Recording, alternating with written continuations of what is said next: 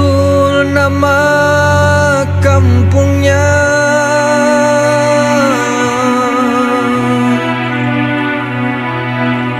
Sudah diterangkan pada mulanya.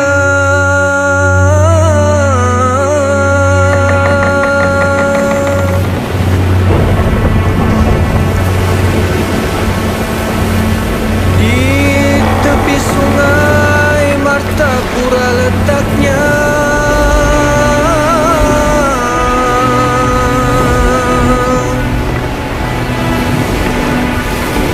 Menuju Banjarmasin arah tujunya.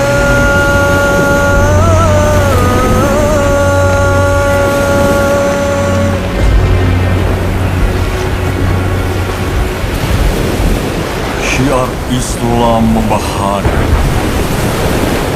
doa dan tekad juang kalahkan halangan. Badai topan, bergunung-gunung ombak bukan lagi ancaman. Hanya puja-puji kepada Sang Halim dilantunkan hamba-hambanya.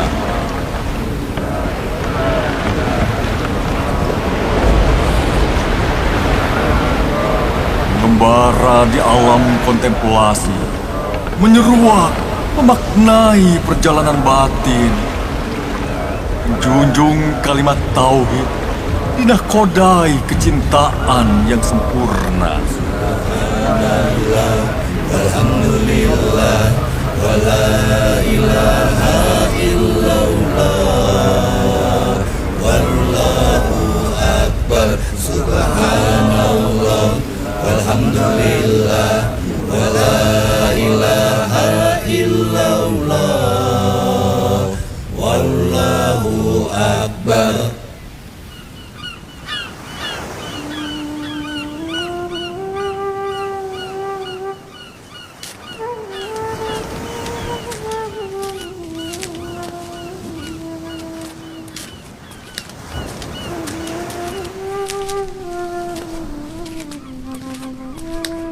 Selamat datang di tanah Betawi, tanah di mana banyak masjid yang dibangun oleh wali-wali Allah.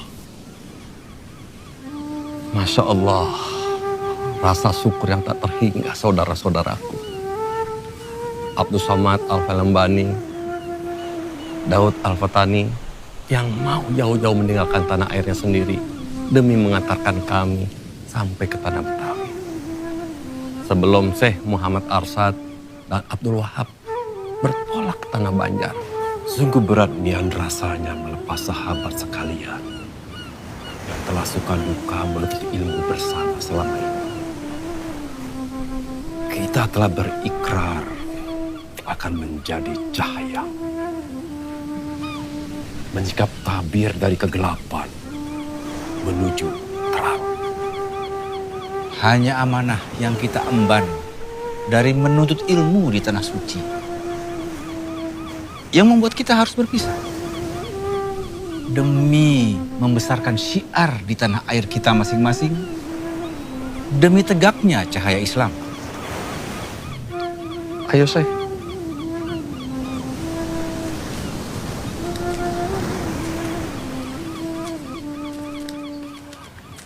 Assalamualaikum. Waalaikumsalam. Sungguh suatu sambutan yang sangat meriah dari Syekh Abdullah dan para ulama-ulama Jawi, penegak panji-panji Islam yang dimuliakan Allah. Hati ini bersimbah rasa haru tak terkira. Hari ini, keberkahan meliputi tanah Betawi. Alhamdulillah. Atas kehadiran ulama-ulama Al-Mukarram dari tanah Haramain yang dicintai Allah beserta malaikat penghuni langit. Mari masuk.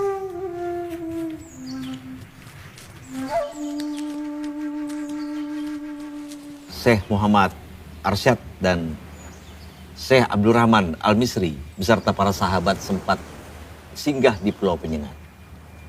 Benarkah kabar itu? Allahumma na'am, ya Syekh Abdullah. Kami singgah dulu di beberapa tempat, di Pulau Penang, Perak, lalu singgah ke Tumasik, dan terakhir kita mampir ke Pulau Penyengat Riau. Kami mengajar di masjid-masjid di sana. Alhamdulillah, banyak ilmu yang kami dapatkan saat mengajar. Sultan Riau sangat mendukung syiar dakwah di sana. Bahkan, sebagai rasa syukur kepada Allah, beliau berkenan memberikan buah tangan yang elok kepada kami sebagai tanda kenangan dan rasa syukur.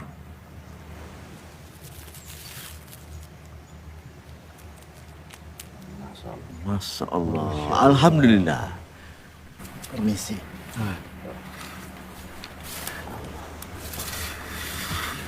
Selama di Tanah Suci, siapa guru-guru dan syekh-syekh antum sekalian?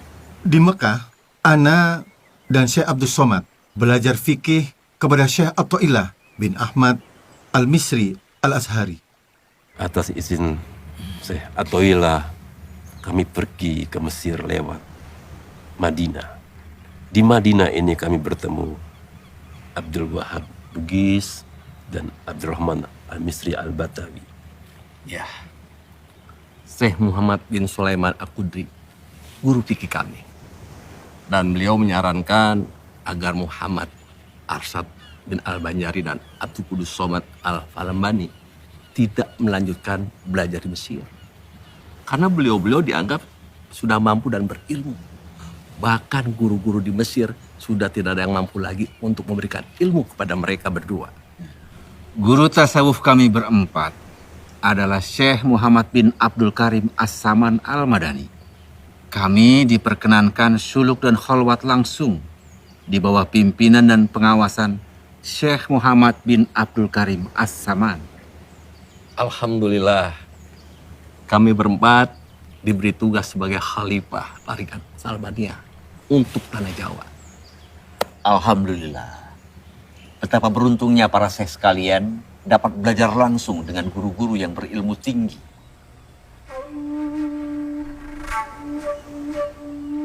Masjid ini kurang tepat arah kiblatnya. Berita yang Ana dengar tentang banyak arah kiblat di tanah Betawi yang tidak tepat tampaknya benar.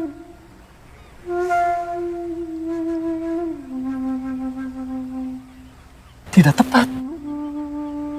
Alafu ya Syekh Abdullah, sejak masjid ini dibangun, apa pernah dihitung lagi arah kiblatnya? Oh, belum pernah, Syekh. Tapi ada apa dengan arah kiblat masjid kami? Ya Abdullah, coba antum ikut Ana, begitu pula yang lain, agar menjadi saksi.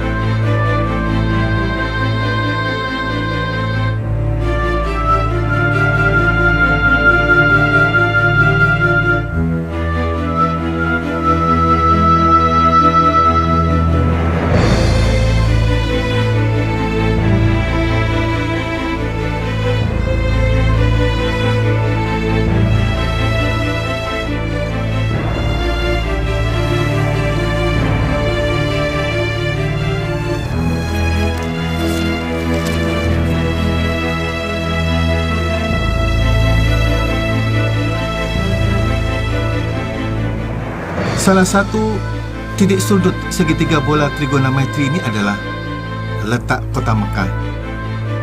Titik sudut yang kedua adalah kutub utara. Dan titik sudut yang ketiga adalah letak yang hendak ditentukan arah kiblatnya. Maka inilah derajat dari Mekah sampai ke Betawi. Dan garis khatulistiwa membuat titik tepat seperti ini. Nah, inilah letak arah kiblat. Seharusnya 25 darajat lebih ke kanan dari letak sekarang. Tidak mungkin, Syekh Muhammad Arsyad. Ana yakin, masjid-masjid di kota kami dibangun oleh wali-wali kasyaf yang dengan karomahnya dapat melihat secara langsung tepat atau tidaknya arah kiblat. Tidak mungkin ada kekeliruan. Oleh sebab itu, dilarang untuk mengubahnya. Tidak ada larangan untuk membetulkan arah kiblat pada masjid-masjid yang keliru. Walaupun masjid itu dibangun seorang wali. Wali bisa saja keliru. Hanya Nabi dan Rasul yang maksum. Mereka seketika dipelihara Allah dari salah dan dosa. Ya, hanya Nabi dan Rasul yang maksud. Dulu di negeri Yaman, sebagai bentuk ijtihad para ahli fikih ketika menggeser mihrab sebuah masjid yang dibangun oleh seorang wali dengan nama panggilan Abu Saif. Benar apa yang disampaikan oleh Syekh Muhammad Arsyad. Dan bukan rahasia. Banyak masjid-masjid yang dibangun oleh kaum muslimin di daerah Khurafah dan pedesaan Mesir. Dan kemudian difatwakan oleh ulama wajib untuk digeser. Fakta-fakta yang terjadi menggambarkan bahwa tidak ada larangan mengubah arah kiblat sebuah masjid. Jika apabila ada kekeliruan, maka wajib kita merubahnya, meskipun masjid itu dibangun oleh seorang wali Allah. Islam sangat menjunjung tinggi keilmuan yang dihasilkan oleh ijtihad atas nama takwa. Dan Allah sangat menyenangi orang-orang yang berakal, beriman, mensyukuri semua ciptaannya dan kebesarannya. Oleh karena persoalan tadi, kami mendengar dan kami taat. Sami'na wa ata'na. Alhamdulillah. Allahu Akbar. Malam purnama di dermaga Sunda Kelapa. Berita kehebatan Syekh Muhammad Arsyad telah tersiar ke penjuru. Demang penjilat menyampaikan berita demi mendatangkan pundi-pundi uang kepadanya. Yang Mulia Gubernur Jenderal, telah tersiar kabar tentang seorang syekh bersama sahabatnya datang dari Tanah Suci Mekah. Dan bisa mengubah arah posisi kiblat di beberapa masjid wilayah Batavia. Benarkah itu revolusi? Undang syekh itu. Kita buktikan kebenarannya. Baik. Jangan-jangan dia penipu. Tapi Tuan Gubernur Jenderal, dia seorang syekh. Syekh Muhammad Arsyad Al-Banjari. Gubernur Jenderal Hindia Belanda berniat menguji sekaligus menjatuhkan martabat Syekh Muhammad Arsyad Al-Banjari demi tujuan memadamkan cahaya kebenaran. Benarkah arah kiblat masjid itu salah? Bisa jelaskan? Kesalahannya adalah seharusnya bergeser 25 darajat dari letak arah kiblat yang ada sekarang. Dengan menentukan letak lintang dan bujur Mekah, maka letak derajat berada di 21 darajat, 20 radian, 67 darajat, 0 radian. Kami menghitung menggunakan tongkat istiwa dengan perhitungan 3 titik sudut segitiga bola trigonometri ke arah Mekah. Adapun untuk perhitungan titik 0 darajat bujur bukanlah menggunakan patokan Greenwich London, tapi seharusnya berpatokan pada Jazairul Khalidat Asbahni. Adapun bintang kutub tidak selalu dapat dilihat pada setiap negeri yang terletak di garis khatulistiwa. Demikian juga di negara yang berada di sebelah selatan khatulistiwa, seperti Banjar dan Jawa. Maka pada negeri-negeri itu tidak dapat bintang kutub dijadikan dalil untuk menentukan arah kiblat. Namun, ujung pedoman selalu menunjukkan ke arah utara. Kebetulan searah dengan posisi keberadaan bintang kutub utara berada. Allah berfirman dalam Al-Quran Surah Al-Anbiya ayat 33, dan dialah yang telah menciptakan malam dan siang, matahari dan bulan, masing-masing berada pada garis edarnya. Sadaqallahul Adzim. Bagaimana Syekh Muhammad menilai kedalaman laut? Kita sedang berlayar menuju Laut Jawa. Kedalaman air laut bisa diukur dengan menggunakan tali simpul yang berbandul. Tali simpul berbandul yang ditenggelamkan ke dalam laut yang dihitung dengan perkiraan yang tepat. Maka akan mendapatkan berapa kedalaman air laut? Tuan Syekh Muhammad Arsyad Al-Banjari yang terhormat, ada satu pertanyaan akhir yang harus Syekh jawab. Tentang apa isi kelapa yang saya pegang ini? Itu buah kelapa. Dan Allah takdirkan isinya air. Gubernur Jenderal tak patah arang. Silahkan dibelah.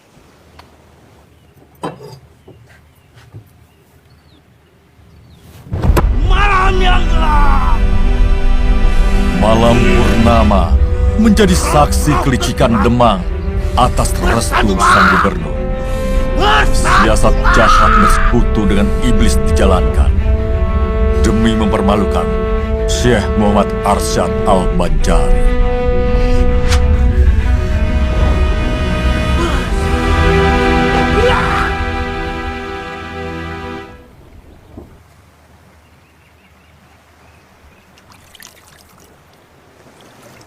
Ahli-ahli sihir itu tidak memberi mudorot dengan sihirnya kepada siapapun, kecuali dengan seizin Allah.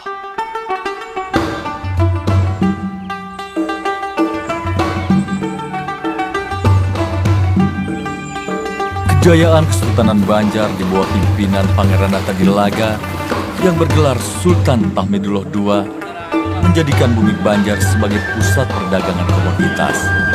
Lada hitam, madu, rotan, emas, intan, damar, hingga kulit binatang. Pemimpin-pemimpin wilayah di Kesultanan Banjar bekerja keras memakmurkan warganya atas petunjuk Sultan Tahmidullah II. Wahai rakyat Banua Banjar, dangsanak-dangsanaku barataan, Allah Subhanahu wa Ta'ala mengutus kekasihnya Muhammad Sallallahu Alaihi Wasallam dengan membawa ayat-ayat suci Al-Quranul Karim yang mengajarkan akhlakul karimah kepada kita semua. Dan insya Allah akan membawa kita ke jannah, membawa kita ke surga. Di tengah-tengah kita hadir Syekh Muhammad Arsyad Al-Banjari.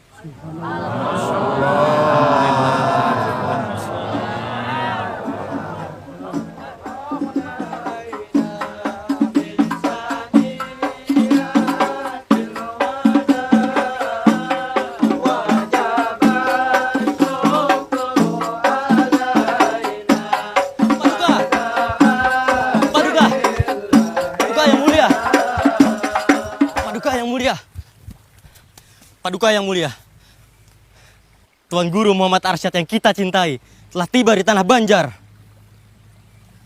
Apa benar kabar yang saya dengar ini? Benar, Paduka yang mulia. Sekarang di mana Syekh Muhammad Arsyad berada? Kabar ini ulun dengar dari teman masa kecil beliau yang baru saja tiba dari dermaga. Mereka sempat bertemu di Sungai Barito ketika Tuan sedang bersandar sejenak di dermaga muara sungai. Dan tak lama lagi, Paduka, Tuan Guru Muhammad Arsyad akan tiba di dermaga Martapura. Ini sebuah berita gembira.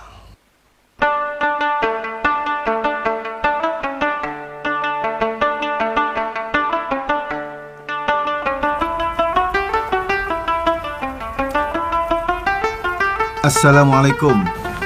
Waalaikumsalam warahmatullahi wabarakatuh. Selamat datang, Syekh. Datang kembali di lingkungan istana. Sungguh suatu kehormatan, Paduka yang mulia. Ulun sama sekali kada mengira jika Sultan berkenan menyambut sendiri kedatangan ulun. Ini seperti Datuk lihat, kami rutin mengadakan badadamaran setiap malam salikur di bulan Ramadan. Begini, Datuk, memerlukan ulama berilmu untuk membimbing umat mengenal Allah dan mencintai Islam sebagai pedoman hidupnya. Karena itu, bertumpuk harapan kami limpahkan kepada Datuk agar rakyat Banjar terlepas dari kebodohan dan menjadi umat yang bertakwa. Karena kami yakin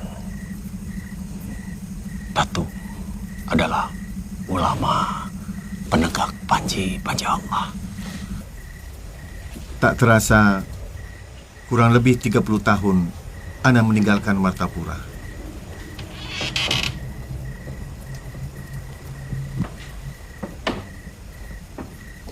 Assalamualaikum. Assalamualaikum. Waalaikumsalam.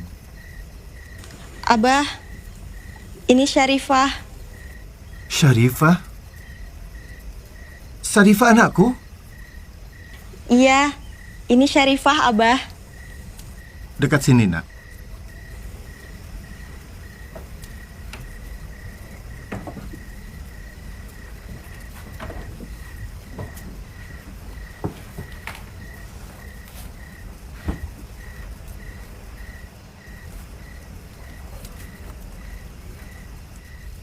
Seperti mimpi rasanya bertemu Abah. Selama ini, Mama hanya bisa menyabarkan Syarifah bila Syarifah rindu dengan Abah. Syarifah, Ikam sudah ganal, nak. Lawan Bungas lagi. Waktu di Mekah, Amang Jainal memberikan cincin milik Ikam, Syarifah. Tanda Ikam itu sudah ganal, nak. Dan Ikam nakai sudah wayahnya untuk menikah. Abah, Ulun sudah dinikahkan dengan seseorang oleh Sultan.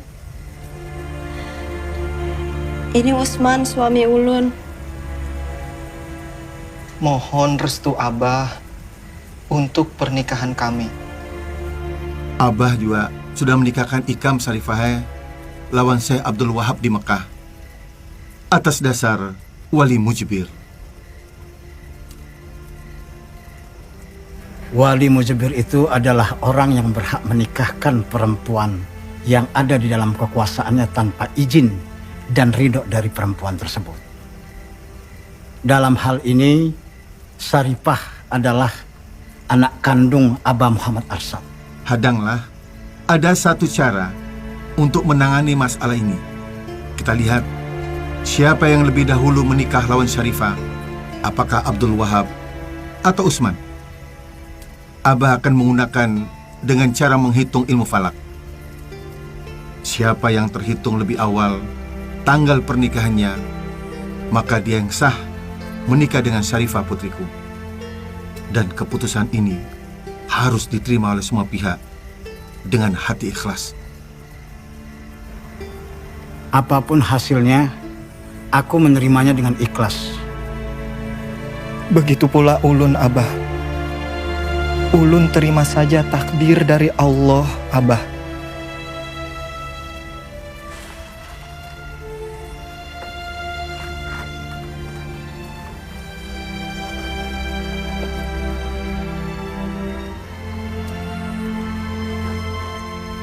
Nah, baiklah.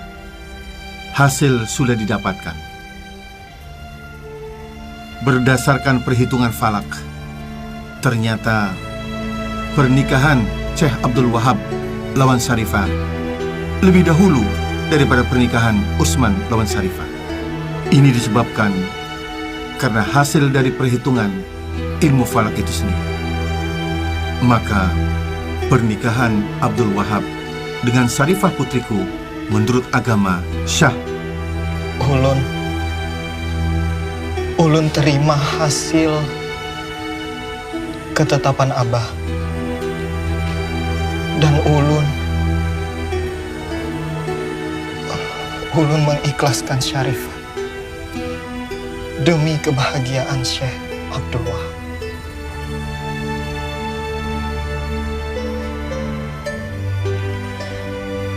Syarifah menerima keputusan Abah. Karena itu sudah kehendak Allah.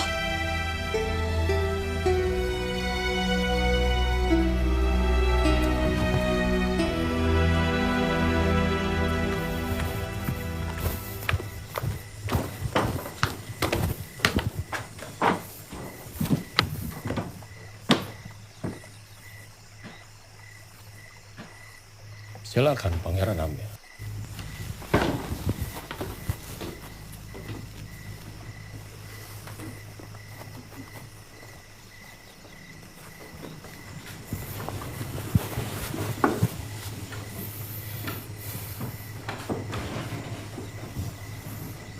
Sudah saatnya Paman Pangeran Natadilaga menyerahkan kesultanan padaku untuk menjalankan pemerintahan Kesultanan Banjar. Pangeran Amir, takdir Allah sudah ditentukan.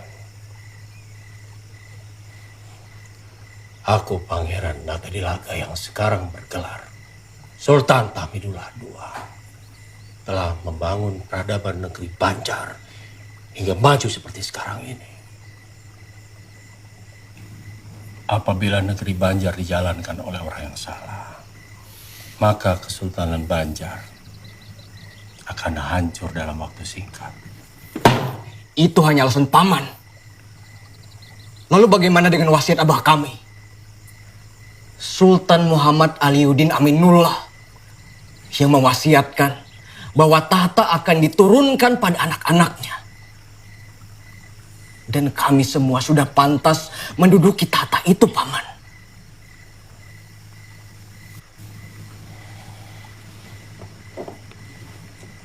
Akan aku berikan apa yang Pangeran minta. Menikah dengan putri-putriku. Harta yang pian inginkan. Jabatan di pemerintahan semua akan aku kabulkan. Tapi masalah tahta tidak akan aku serahkan. Aku pemegang penuh kekuasaan di Kesultanan Banjar. Aku pemimpin yang diangkat atas berkat Allah.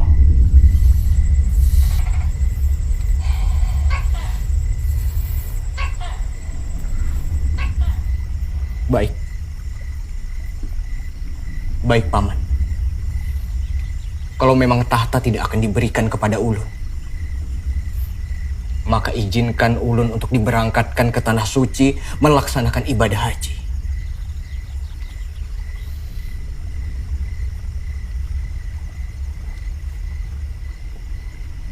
Cita-cita yang sungguh mulia, Pangeran Amir. Aku akan kabulkan keinginan Pangeran. Segala biaya dan perlengkapan akan ditanggung Kesultanan Banjar.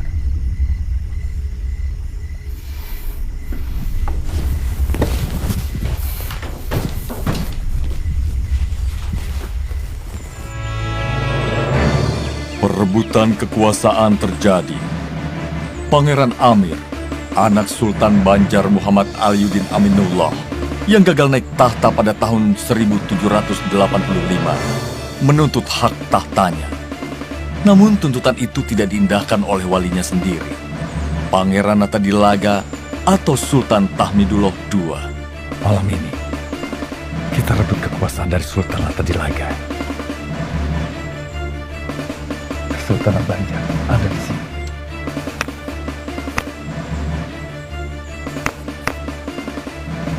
Dia dijaga oleh Pak Penjuru. Kamu lewat sini. Kalian lewat di sini. Paman, kita akan bertemu di sini. Kita akan gempur Natadilaga. Sasaran kedua.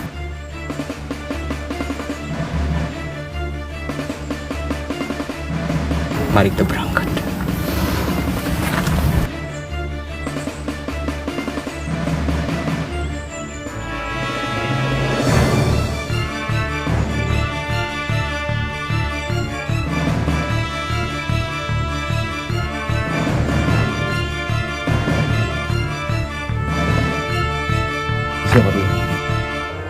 Sudah cukup pembicaraan kita malam ini. Saya mau istirahat. Paduka! Paduka yang mulia. Panglima. Ada kabar dari mata-mata kita. Pangeran Amir serta pasukan terpilihnya malam ini akan melakukan serangan diam-diam ke istana. Mohon izin Paduka. Ulun siap melumpuhkan serangan ini. Tumpas perlawanan mereka. Siap, Paduka. Tunggu. Pangeran Amir jangan sampai terluka. Siapkan pedang. Daulat Paduka.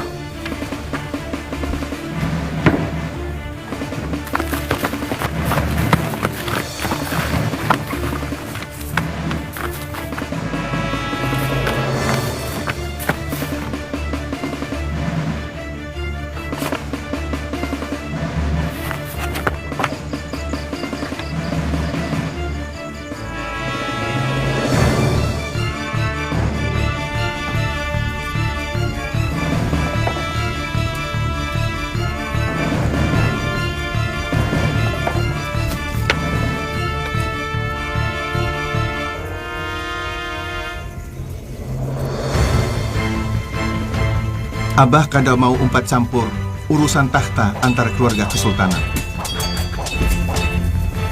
Masalah tahta adalah masalah rumit. Kedua belah pihak punya keinginan untuk berkuasa. Tugas Abah hanya mengembangkan agama Islam bagi masyarakat Banjar. Ini lebih penting bagi Abah daripada ikut masalah perebutan tahta. Bagi Abah, negeri yang dipenuhi oleh insan yang bertakwa adalah negeri yang dirahmati Allah. Semoga pertikaian tahta ini cepat selesai dan tidak menjadi peperangan lagi. Peperangan mengorbankan rakyat tak berdosa. Namun, perang juga menjadi gerbang perubahan nasib suatu bangsa. Tahan. Biarkan pangeran lari. Takdir perubahan telah dicatat di Lauhil Mahfuz. Ditetapkan Allah dalam rahasianya berhasil atau gagal.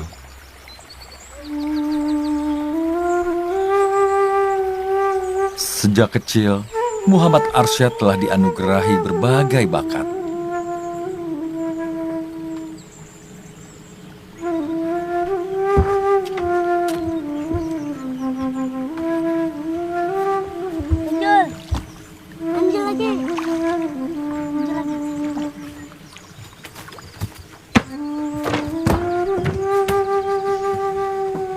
Paduka Sultan, ini yang membuat lukisan itu.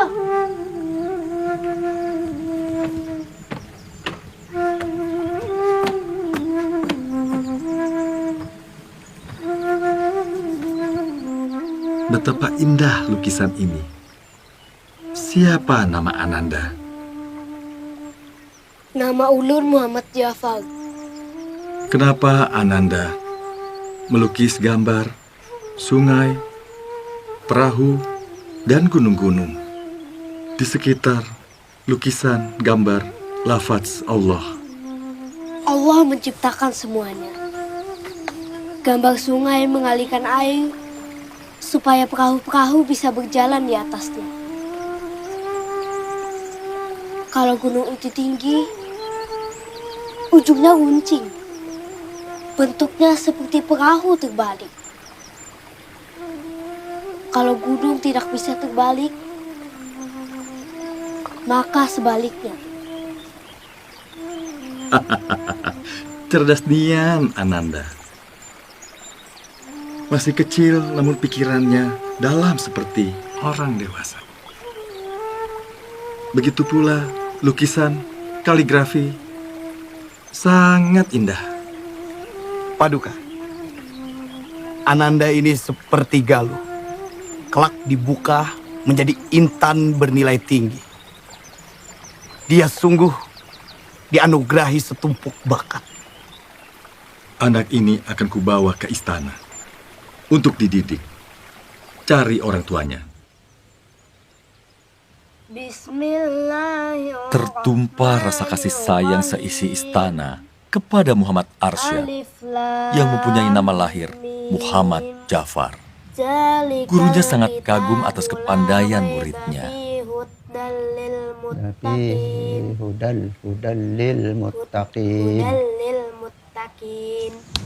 Akhlak, budi pekerti yang lemah lembut, dan sikap gemar menolong membuat teman-temannya menjadikan Arsyad sebagai tauladan mereka. Sat, ayo main logonya. Nah, boleh Arsyadnya.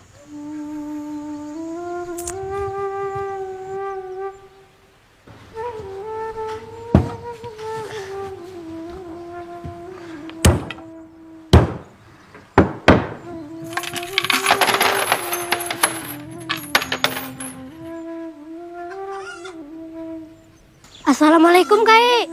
Waalaikumsalam. Ada apa, Cok? Nina, Kai, gasan pian.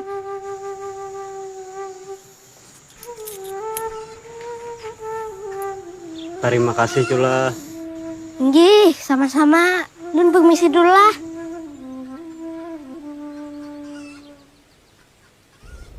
Salam Paduka. Ini adalah hasil bumi dari kebun hamba. Sebagai rasa syukur, hamba berikan kepada Paduka. Alhamdulillah, tanah Banjar subur. Salam Paduka. Hamba ingin mengabarkan bahwa masalah perkebunan perselisihan di keluarga hamba telah selesai. Alhamdulillah. Terima kasih Paduka. Hamba mohon diri. Paduka! Paduka yang mulia, baru saja keajaiban telah terjadi pada Tuan Muda Ja'far. Tubuhnya melayang di atas tempat tidur. Melayang? Apa benar? Mana ada manusia bisa melayang? Kayak ulun melihat dengan mata kepala ulun sendiri, Paduka yang mulia. Bahkan ulun memegang tubuh Tuan Muda, menadah supaya tidak jatuh. Tuan Muda juga bercerita tentang mimpinya itu. Tuan Muda baik-baik saja. Ulun mimpi ada kakek bawa ulun ke langit, Paman. Ulun terharu, Paduka yang mulia, mendengar cerita itu. Dan tak kuat rasanya menahan cucuran air mata, Paduka yang mulia. Tanda-tanda Ja'far akan menjadi orang besar, Paduka yang mulia. Dia kelak akan membawa kemajuan bagi Kesultanan Banjar. Ya. Tuhan telah menampakkan Ja'far menjadi orang besar, kelak berjasa bagi Kesultanan Banjar.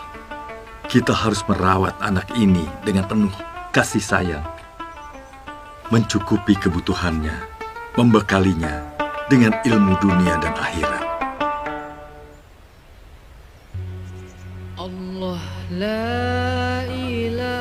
Ulun Muhammad Arsyad.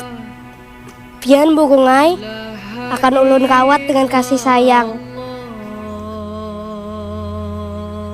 Masa remaja Muhammad Arsyad dilalui pada saat Sultan Hamidullah, berlanjut ke masa Sultan Tamjidillah berkuasa.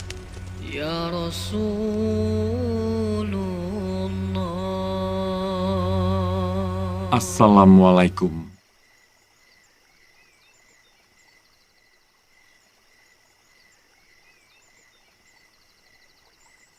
Ananda Arsyad, usiamu sudah pantas untuk menikah. Ada seorang perempuan yang saleha yang saya pilih untuk mendampingi Ananda. Supaya hidup Ananda tenang, tak kalah menuntut ilmu. Ngaran perempuan saleha itu adalah Bajut.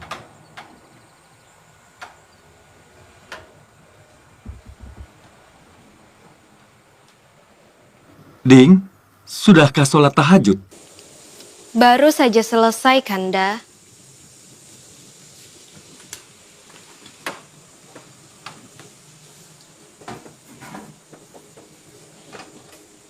Ding, malam ini begitu hening. Bumi seakan bersujud. Dan angin pun serasa malu untuk bersiul lantang. Apakah malam ini malam Lailatul Qadar?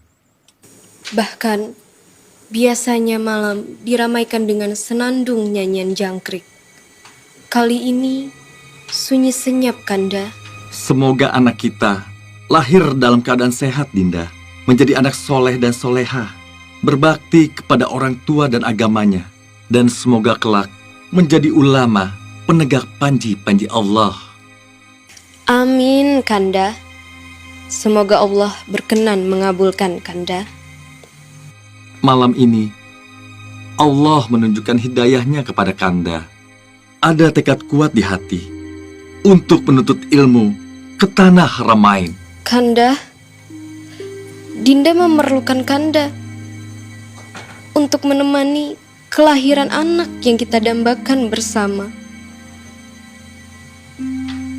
Tapi bakti diri kepada Allah lebih utama. Dinda ikhlas melepas Kanda. Jadikanlah Dinda pendamping Kanda dalam syiar Islam. Waktu berpisah tak dapat ditunda. Air mata pun tak bisa ungkapkan rasa. Untayan doa jadi penanda asa. Rasa ikhlas melepas kepergiannya. Menembus relung malam, tiada batas. Detak jantung dua hati saling berbalas. Penghubung kala rindu tiada bertepi. Namun cintaku pada Sang Khalik tiada henti. Berat ku rasa tanpamu. Aku mencintaimu, suamiku. Namun Haramain telah menunggumu. Ya Allah, pemilik segala kerajaan, anugerahilah ilmu dari tanah Haramain. Anak keturunanku menjadi ulama-ulama yang tangguh dan berilmu demi syiar kalimat tauhid di tanah Banjar. Cita-cita yang mulia anak Nda Arsad. Kurestui niat Ananda. Kesultanan Banjar memerlukan ulama-ulama pembimbing umat. Kesultanan akan maju di bidang keagamaan dan ilmu pengetahuan. Islam menjadi kemaslahatan bagi rakyat Banjar. Muhammad Arsyad muda menuntut ilmu agama dan pengetahuan umum di Mekah selama 30 tahun. Di Mekah, karena kecerdasannya, Muhammad Arsyad diberi izin untuk mengajar di Masjidil Haram. Ia mendapat sebutan syekh atau seorang ulama dengan keilmuan agama Islam yang tinggi. Di tiap sisi wilayah tempat kita membangun madrasah, kita doakan mudah-mudahan tempat ini selalu terjaga dari kekuatan jahat yang merusak.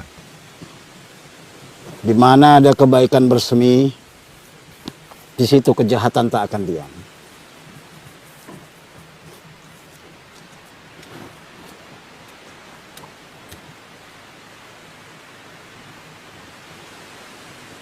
Ini yang terakhir. 4 sisi madrasah sudah selesai dipagar. Semoga dari tempat ini lahir ulama-ulama penegak cahaya Islam. Bertambahnya umat-umat bertakwa yang selalu menjunjung tinggi ilmu dan keimanan dalam menyelesaikan setiap permasalahan. Biiznillah, semua terjadi karena izin Allah. Syekh Muhammad Arsyad Al-Banjari sangat giat berdakwah ke tengah-tengah masyarakat, baik di kota maupun di desa, baik di lingkungan keluarga sultan maupun rakyat jelata.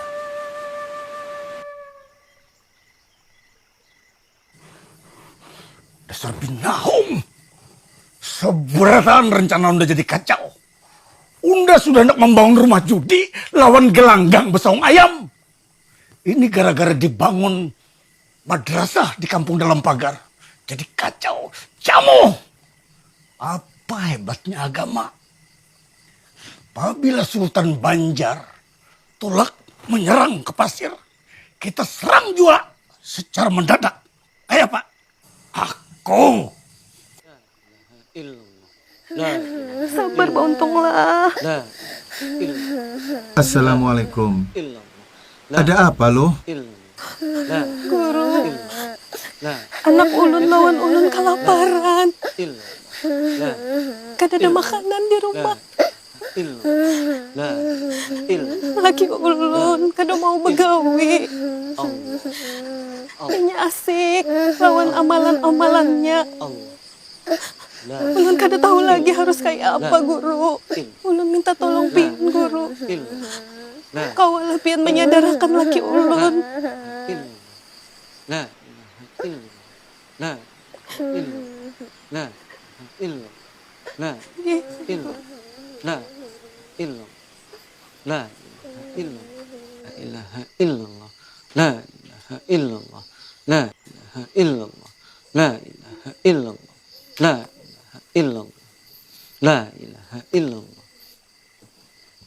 Nang, maukah Ikam menjadi orang pilihan untuk bisa bersama dengan Rasulullah di surga kaina? Inggih, ulun hendak benar bersama Rasulullah, kekasih Allah, supaya ulun kau melihat wajah Allah. Mencari nafkah itu adalah jihad fisabilillah. Berjuang di jalan Allah. Bila Ikam mengikuti apa yang Rasul lakukan, maka Ikam adalah pengikut Rasul. Dan berhak kelak hidup bersama Rasul. Rasul SAW bersabda, sesungguhnya, bila seseorang bekerja untuk mencari nafkah, serta mencukupi kedua orang tuanya, maka ia pun fisabilillah. Berjuang di jalan Allah. Bahkan baginda Rasul SAW pernah saat masih kecil mencari nafkah dengan mengembala ternak orang lain. Beliau kian mahir berdagang. Bahkan sebelum kenabiannya, beliau dikenal sebagai seorang pedagang yang sukses dan terpercaya. Maulah Ikam berjihad fisabilillah, mengikuti Rasul yang kita cintai.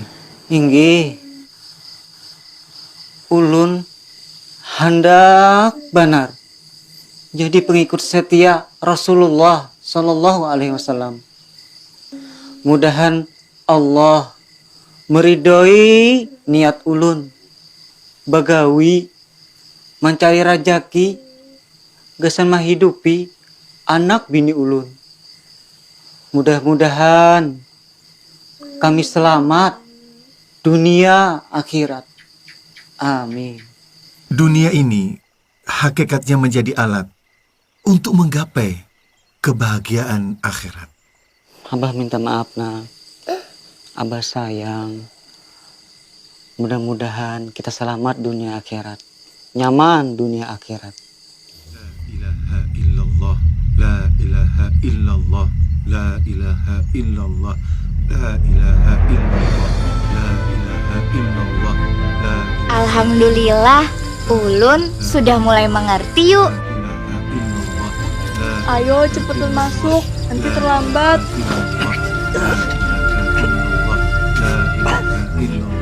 La ilaha illallah, la ilaha illallah, la Doa-doa perlindungan dan zikir pengagungan kepada Allah menjadi benteng dari kejahatan yang mengintai.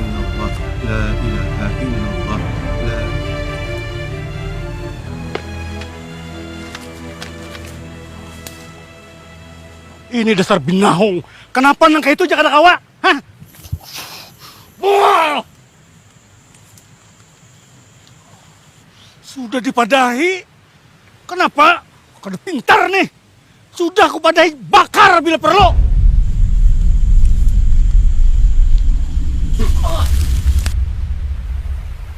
Nah, ada kalem buai. Nyaman dimakan nih. Apa mau makan kalem buai? Gitu kan aku dimakan. Haram.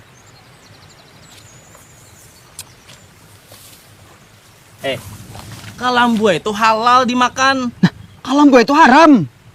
Nah, dari mana dasarnya Ikam nih? Bungo dipelihara. Mau kamu nyampetin bungo? Ngaranya kalem buai itu pasti haram sudah. Nah, melawan kah? Assalamualaikum. Waalaikumsalam. Tuan Guru, hati boleh panas, kepala harus tetap dingin. Bubuh nikam jangan saling menyakiti lah. Berdebat boleh aja, tapi jangan emosi, lantas lepas kendali. Bubuh nikam berdebat tentang kalembui kalau halal atau haramkah bila dimakan. Inggih, Tuan Guru. Baiklah, semua binatang banyu yang hidupnya di dalam banyu maka halal untuk dimakan.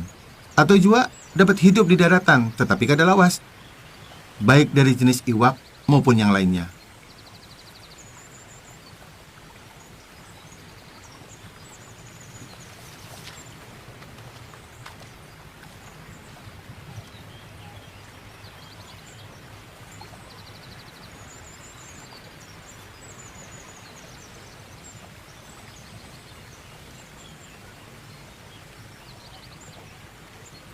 Haram memakan kalomboy. Karena apa? Karena berdasarkan kayapa hidupnya, bisa hidup lawas di banyu atau lawas di darat. Amun haleleng halal Japang dimakan, karena hidupnya lawas di banyu.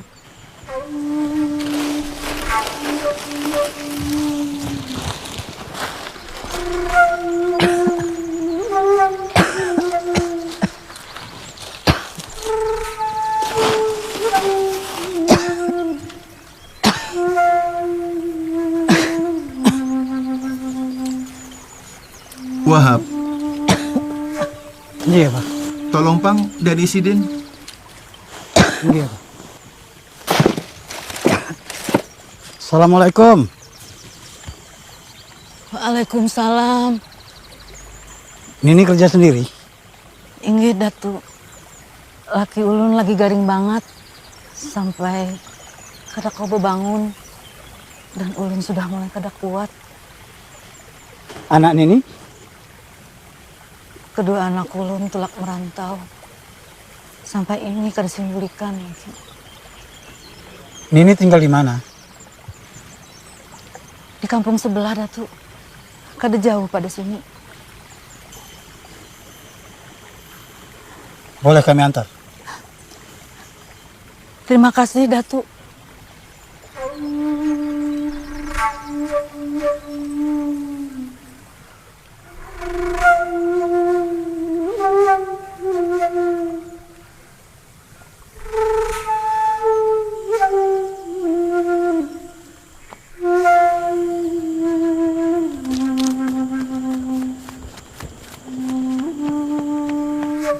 Assalamualaikum. Silakan masuk, Datu. Ayo. Silakan duduk, Pak Tuan Guru.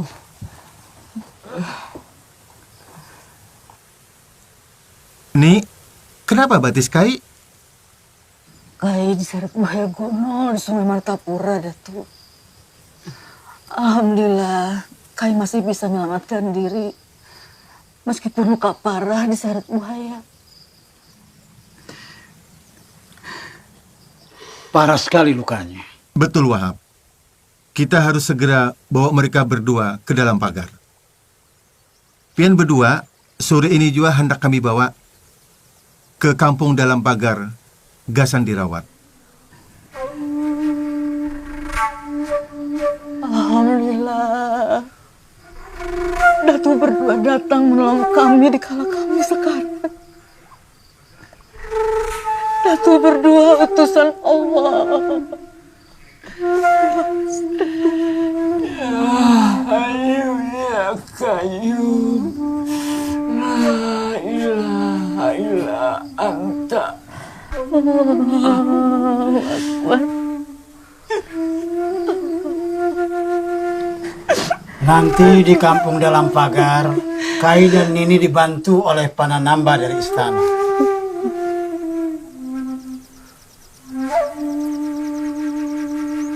Abah, sepertinya banyak sekali persoalan di kampung dalam pagar ini yang harus dibenahi. Harus ada hukum fikih yang mengaturnya. Tuan Guru, tolonglah kami, Tuan Guru, tolong kami. Jenazah yang kami makamkan itu keluar dari liang lahat.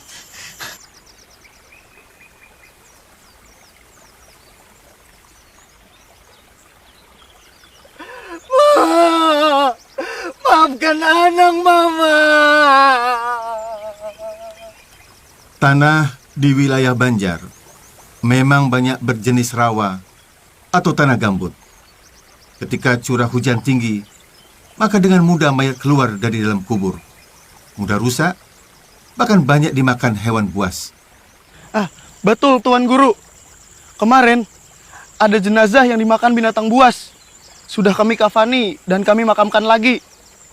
Tapi kemarin naik lagi dan jasadnya rusak parah. Bahkan ada jenazah perempuan yang auratnya terbuka. Katulahan, kita semua akan ketulahan. Arwah-arwah ini sebentar lagi murka dan gentayangan mencari korban. Jangan imani tahayul, bisikan iblis itu. Sebaiknya mayat yang sudah dikafani ditempatkan di dalam tabela agar jasadnya kada hancur. Banua Banjar ini kebanyakan tanahnya rawa dan tanahnya juga gambut. Berbeda di Arab atau di Timur Tengah yang pada umumnya tidak ada rawa dan tidak ada gambut. Maka pemakaian tabela hukumnya wajib di sini. Betul Tuan Guru. Kata Abah yang pernah ke tanah Arab, di sana hanya ada padang pasir. Keadaan alam yang berbeda yang membuat hukum fikih menyesuaikan diri dengan masalah yang dihadapinya. Makruh lagi bid'ah menanam mayat di dalam tabela. Tiada makruh, bahkan wajib karena uzur. Seperti tanah berair, atau rupui, atau mayat perempuan yang tidak ada muhrim, atau takut akan binatang buas yang mengorek ke tanah kubur itu.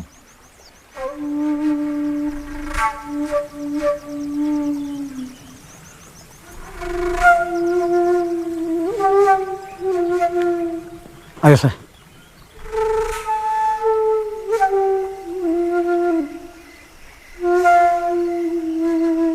Daun ini sangat berkhasiat mencegah luka kakinya makin parah dan membusuk. Daun ini ulun campur dengan ramuan buatan yang dapat dengan cepat mampu mengeringkan luka.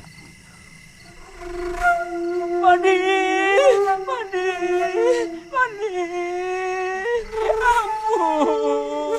ampun, Padi, Padi, Padi, Padi. Ini ramuan dari tanah Hindi, Datuk.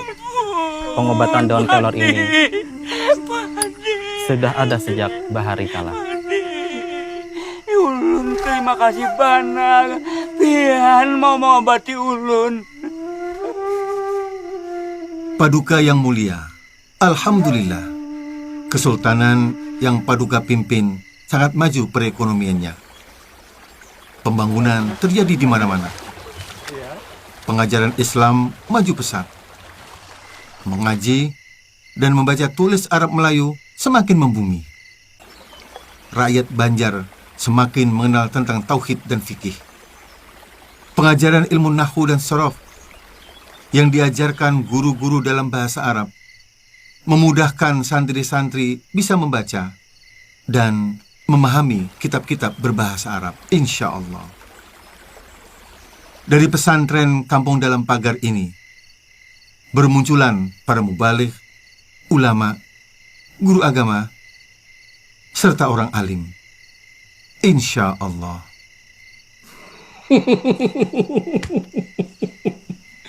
Senang sekali mendengarnya, Datuk. Kesultanan Banjar akan disegani hingga ke mancanegara. Namun Paduka Sultan, tanpa mengurangi rasa hormat, ternyata masih ada rakyat miskin yang harus disejahterakan. Apa betul, Datuk, rakyatku masih ada yang miskin? Tidak hanya miskin, bahkan ada pula yang tergolong fakir.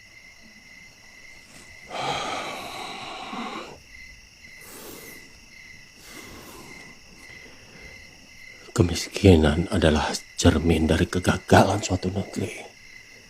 Aku sebagai penguasa Kesultanan Banjar tidak akan membiarkan hal ini akan terjadi.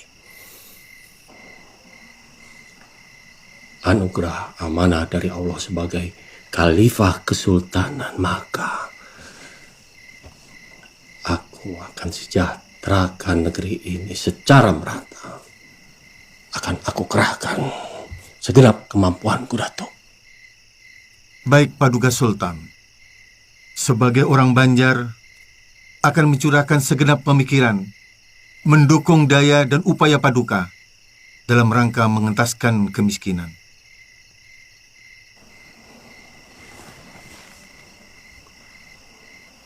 Datu punya saran.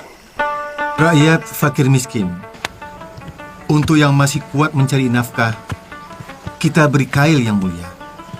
Sedangkan yang tidak mampu bekerja, seperti orang lumpuh, buta, jompo, diberikan bantuan yang sifatnya rutin, sehingga kebutuhan mereka tercukupi dan layak. Melalui penyaluran zakat harta, diberikan dalam bentuk modal usaha ataupun modal kerja, bukan lagi bahan pokok yang habis dimakan. Sebuah terobosan yang bijak dan tepat guna, Datu. Khalifah Umar ibnu Khattab menyatakan, pemberian zakat hendaknya bisa mengurangi kemiskinan, sekalipun dengan memberikan 100 ekor unta. Karena tujuan zakat adalah menjadikan mereka tidak lagi sebagai peminta atau penerima zakat. Itulah hakikat dari mensejahterakan kehidupan umat. Islam tidak hanya membangun peradaban dunia, tapi juga menyelamatkan kehidupan roh.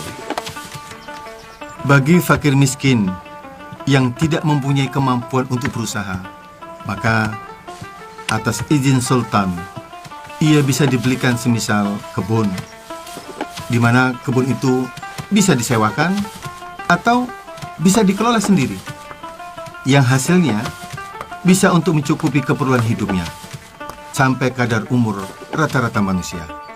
Sedangkan bagi fakir miskin yang mampu bekerja, penyaluran zakatnya diutamakan berbentuk alat yang sesuai dengan kemampuan mereka. Buruh tukang, kita belikan alat pertukangan. Buruh tani, kita belikan alat pertanian. Bagi fakir miskin yang mempunyai keahlian tertentu, maka atas izin sultan, ia dibelikan alat atau sarana yang bisa dipergunakan untuk mencari nafkah. Meskipun alat yang dibutuhkan itu lebih dari satu macam, maka ia bisa dibelikan semisal kebun untuk menutupi kekurangannya. Kurang lebih seperti itulah paduka sultan. Bagi fakir miskin yang mempunyai keterampilan berdagang, maka ia diberi modal sesuai dengan keperluannya, meskipun itu banyak. Jika hasil dari usahanya itu belum cukupi, maka ia boleh menerima zakat lagi. Baik, Datu. Aku sebagai penguasa Kesultanan Banjar sangat mendukung masalah zakat ini. Aku tugaskan Datu untuk mengelola zakat demi sebesar-besarnya kemakmuran rakyat Banjar. Selain pendapatan pajak dari Kesultanan Banjar sendiri,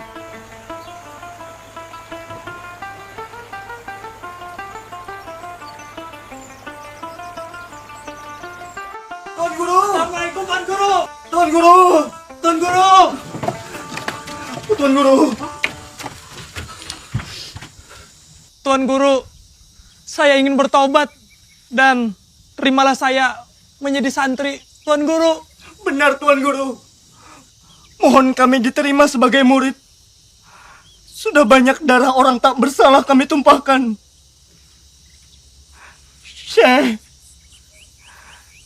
dengan tegas memberitahukan cara memakamkan jenazah mama saya. Ketika jenazah mama saya dimakamkan dalam peti kayu,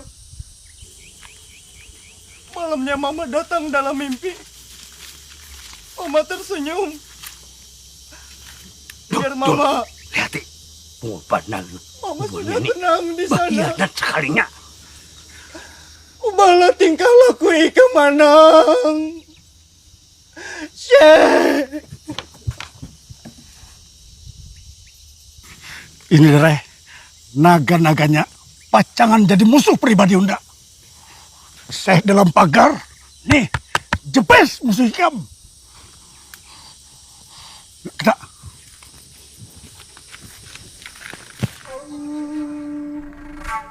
Abdul Wahab Abah baru saja membuat tanda sudetan sungai untuk membuat sungai buatan guna mengatur pasang surutnya air, mengairi sawah-sawah yang kering, menjadikan alat lalu lalang perahu. Ini semua dapat menghidupkan perekonomian di wilayah Banjar. Sudetan ini mempermudah pedagang-pedagang untuk datang dari mana saja dan berniaga di Martapura. Sistem pengairan sebagai bagian dari kebudayaan leluhur yang dikenal oleh masyarakat Banjar. Ada berbagai ragam bentuknya. Ada anjir, andil, tahta, syaka, dan antasan. Lalu, sudetan yang Abah lakukan ini apa namanya? Handil, saluran kedua yang bermuara pada sungai. Kita bisa kerahkan para santri untuk melebarkan sungai lebih dari 30 meter dengan kedalaman 7 hingga 10 meter. Kita mulai kerjakan awal kemarau, semoga selesai di musim hujan. Sistem pengendali banjir berlaku sistem pasang surut yang mempertemukan Sungai Martapura dari Pegunungan Meratus dan Pegunungan Pamatun, sehingga jadilah anak sungai yang dapat mengalirkan air membelah Sungai Martapura dan Sungai Tuang.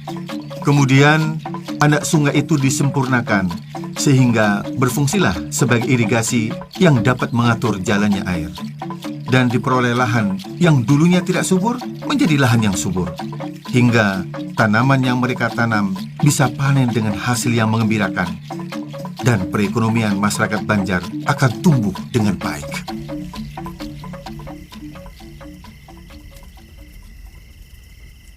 Terima kasih Paduka Sultan. Biarkan bendahara yang membagikan secara langsung di bawah pengawasan kita. Ya, aku ingin menyaksikan rakyatku sejahtera. Tidak ada lagi kata miskin. Sudah unda padahi, kacaukan dalam pagar.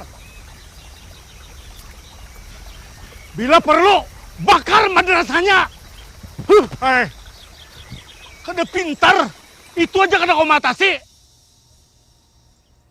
La ilaha illallah, la ilaha illallah, la ilaha illallah, la ilaha illallah, la ilaha illallah, la ilaha illallah, la ilaha Awas! illallah. Kada tolong jebes. Hadangi nyawa. La ilaha illallah, la Hadangi! illallah, la ilaha illallah, la ilaha illallah. Hari ini bertemuan. Bertemuan lo jebes. Bunuh kamu. La ilaha illallah, la ilaha illallah, la ilaha illallah, la ilaha illallah, la ilaha illallah, la ilaha illallah, la ilaha illallah, la ilaha illallah, la ilaha illallah, la ilaha. Tapi aku harus membunuhnya. La ilaha illallah, la ilaha illallah, la ilaha illallah.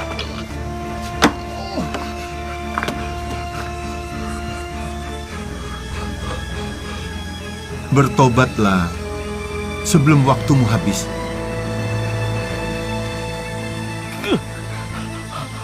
Ampun, Se.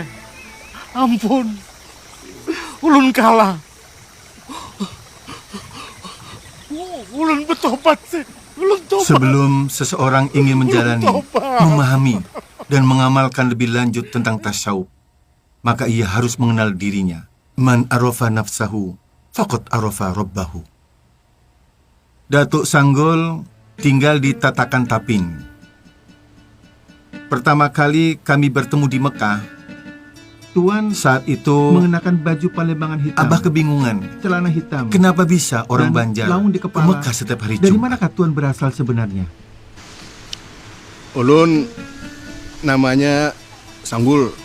Ulun dari Tatakan Tapin. Tapin? Tapin Banjar? Inggih, Datuk.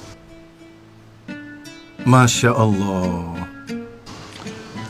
Datuk, dari mana asalnya?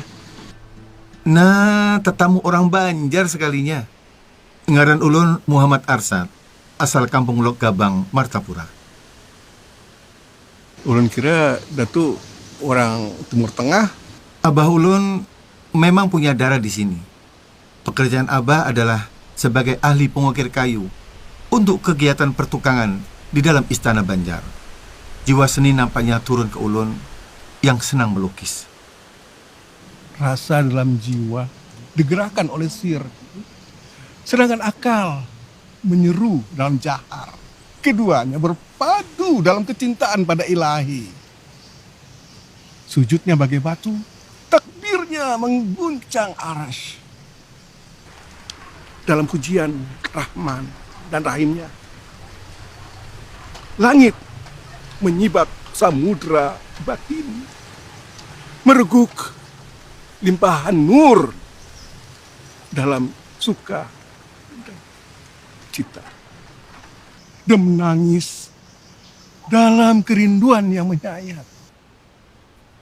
Setiti noda dosa menyilaukan permata ketakwaan. Penyesalan hanya jadi hiasan. Kemarahan menjadi tombak angkara murka. Hanya perisai hati melumpuhkan kekuatan hakiki. Singkap kemilau cahaya sang kholik hingga mata terpejam. Dari helai nafas menderu hingga detak jantung merayap dalam sunyi.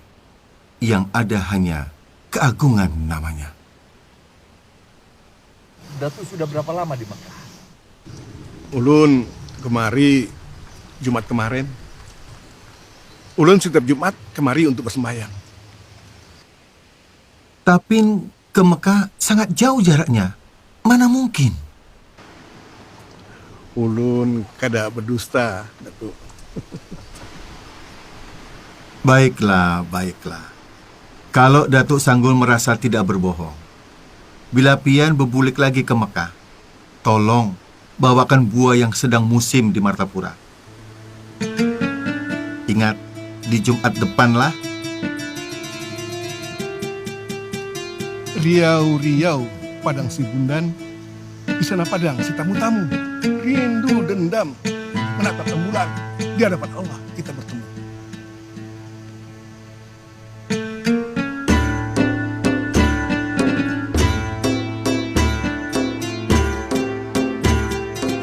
Ya, benar Datuk. Ini buah durian. Memang asli buah durian yang tidak ada di Mekah.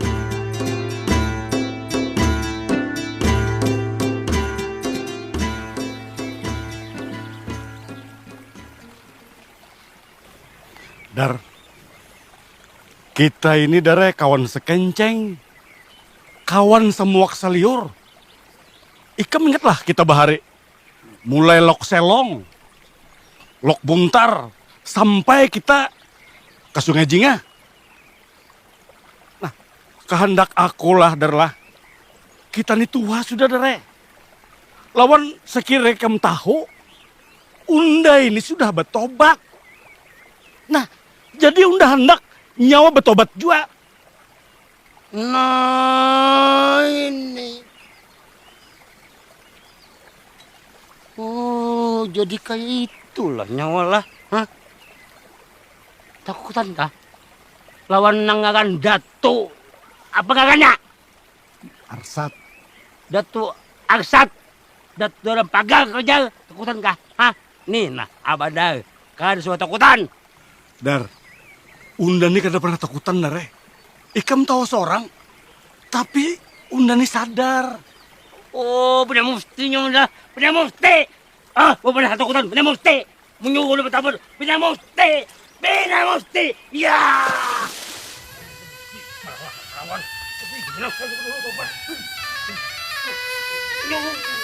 Ada main gue unda, tobat pada mustinya mah.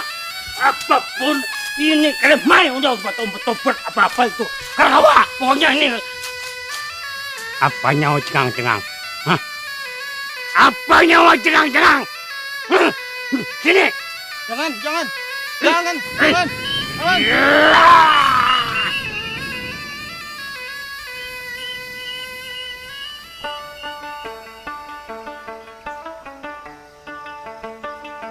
Assalamualaikum warahmatullahi wabarakatuh. Waalaikumsalam warahmatullahi wabarakatuh.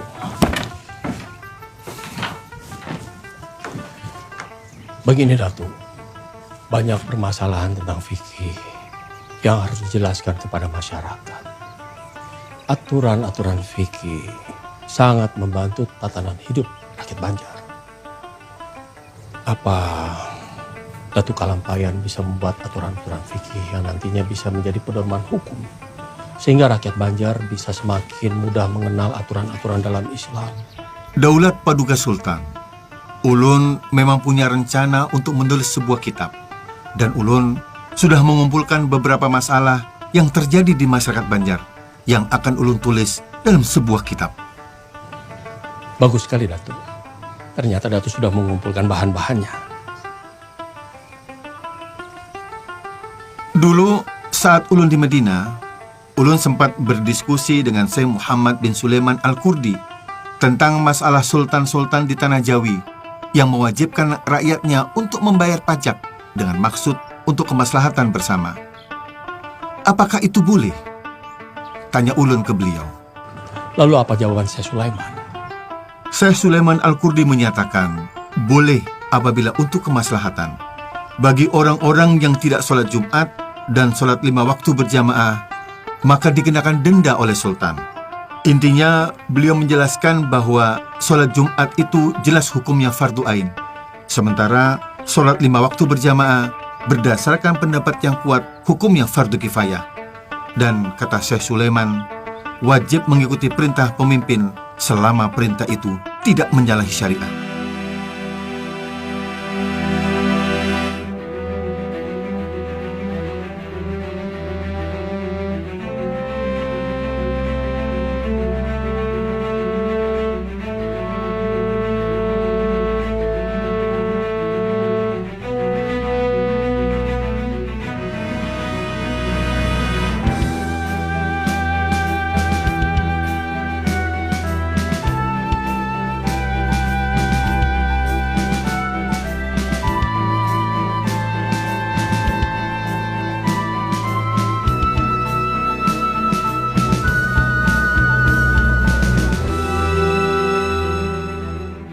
Paduka Sultan, Kitab Sabilal Muhtadin ini adalah untuk kepentingan pelaksanaan hukum Islam di Kesultanan Banjar.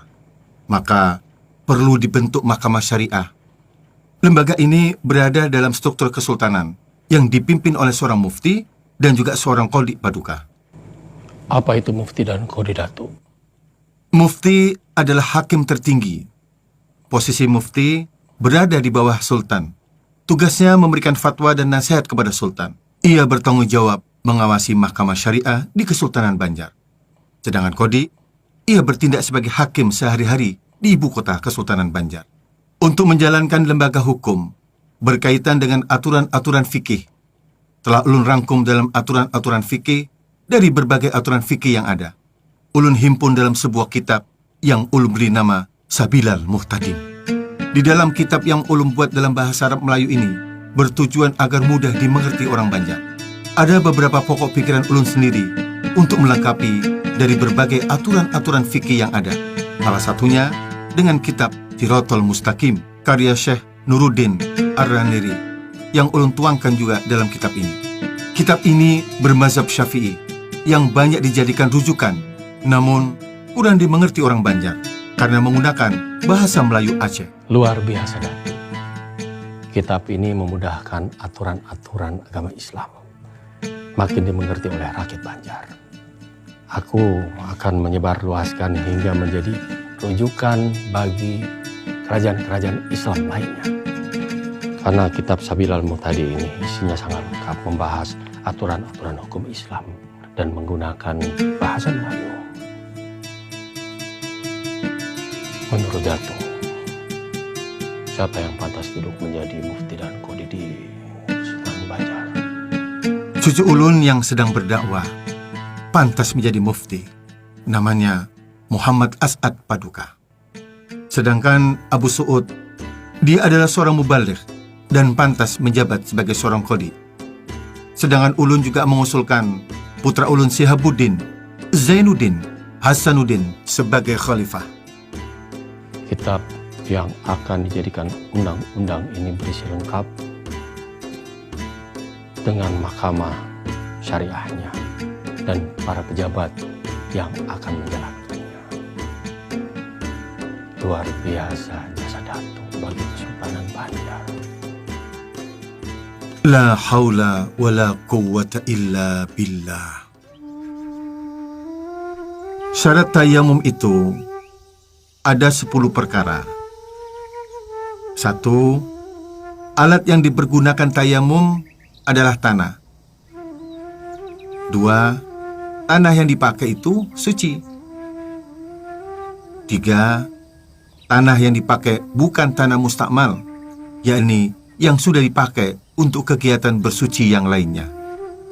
4. Murni dari campuran. Assalamualaikum warahmatullahi wabarakatuh. Waalaikumsalam warahmatullahi wabarakatuh. Ayo, Ha.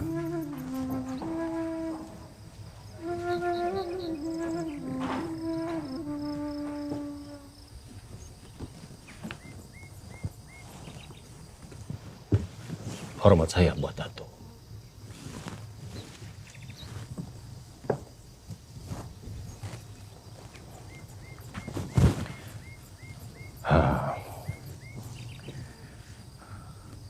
Datuk Harsyad, tampaknya Kesultanan Banjar membutuhkan tempat khusus untuk pendidikan agama Islam.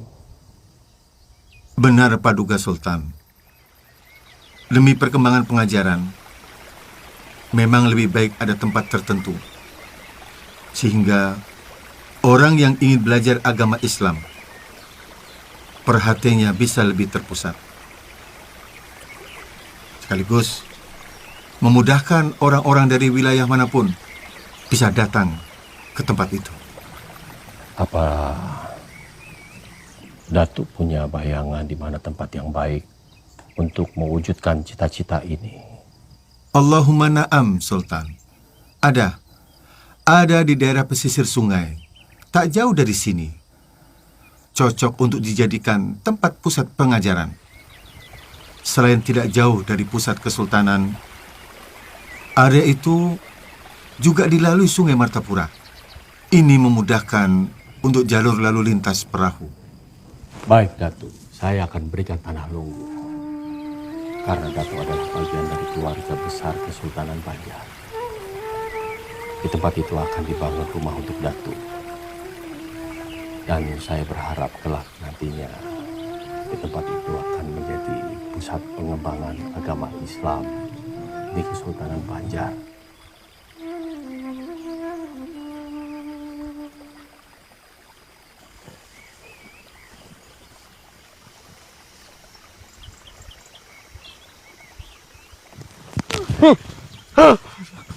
Ampun, ampun Paduka, ampun Sultan. Hukum mati Abadar atas kejahatan pembunuhan yang dia lakukan. Tidak, tidak, tidak. Suatu saat, Syekh Muhammad Arsyad Al-Banjari sangat ingin mengunjungi Datuk Sanggul sahabatnya. Dan nanti kalau aku tutup usia, aku ingin saudaraku Arsyad yang memandikan jenazah. Dia tinggal di kampung dalam pagar Martapura.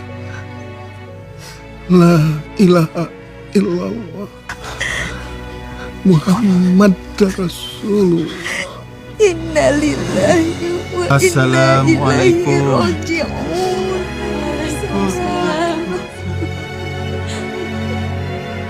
Tarekat Samania sangat menganjurkan mendirikan sholat dan memperbanyak zikir.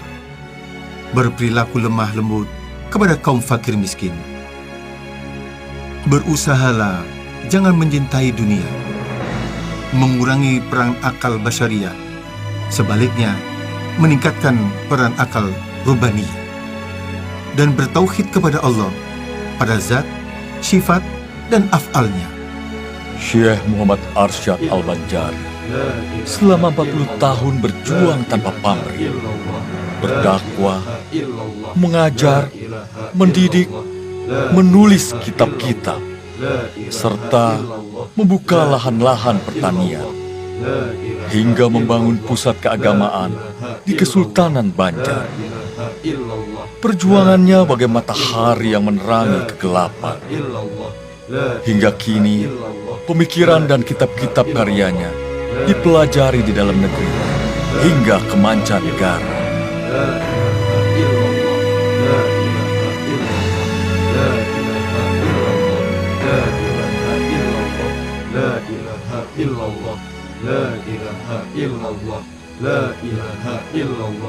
La ilaha illallah.